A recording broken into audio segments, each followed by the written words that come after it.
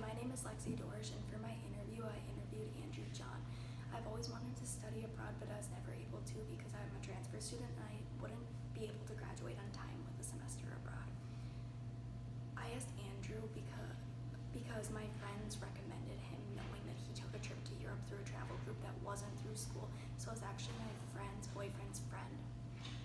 I created a powerful ask by sending him a text explaining that I know his friend's girlfriend, and that I would be extremely curious and excited to hear about his trip that he took to Europe, and wondering if he'd be willing to meet with me about 30 to 40 minutes at Starbucks whenever it worked for him.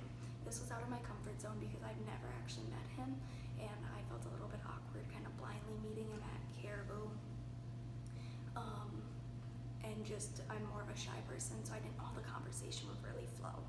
So for a brief overview, we met at Starbucks for about 40 minutes, and I just asked him all about his trip. He actually did a travel group that his parents signed him up for, Kentucky, where people can join and travel from any parts of the world. His group was actually a group of 40 people, ages 18 to 35. Their location started in London. They went to southern England, then to France, to Italy, to Austria, to Germany, and then the Netherlands, which they went for 15 consecutive days, and this group does anywhere from 5 to 60, so obviously you can choose your route depending on your days. They would spend 1 to 2 nights in each major city, kind of doing tourist attractions, like visiting the Eiffel Tower, visiting vineyards and beer gardens.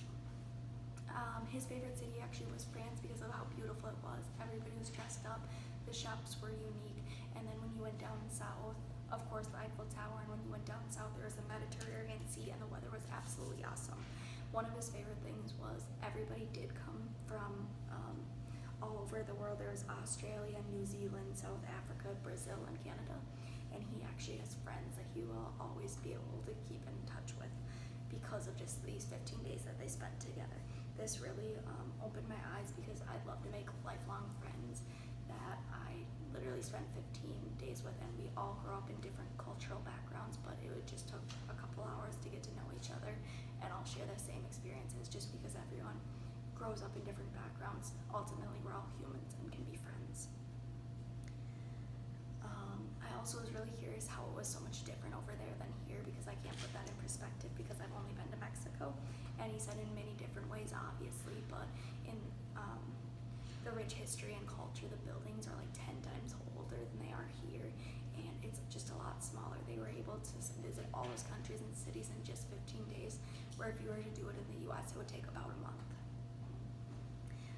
Throughout this, I gained a lot of knowledge, like the group he traveled with, where I can find research about this, and what they have to offer, and just details about the trip itself, and places to go, places not to go. And it was really inspiring for me to realize that this is actually an opportunity of a lifetime, since I'm not capable to travel all the way there by myself, and know what to do, that I can follow a group even though I'm not studying abroad. So it just kind of opened my eyes.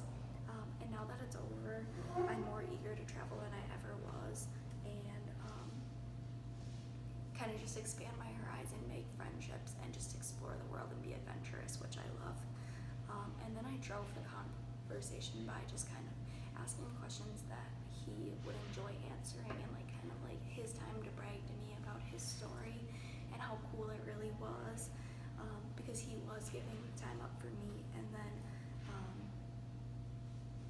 this will help me down the road in my leadership journal, because I kind of use the ask and PVAs, just kind of to ask questions and get information and details about opportunities that are available, instead of just kind of hermiting up. So I use communication, which will help me down the road to be more open to what is available around me.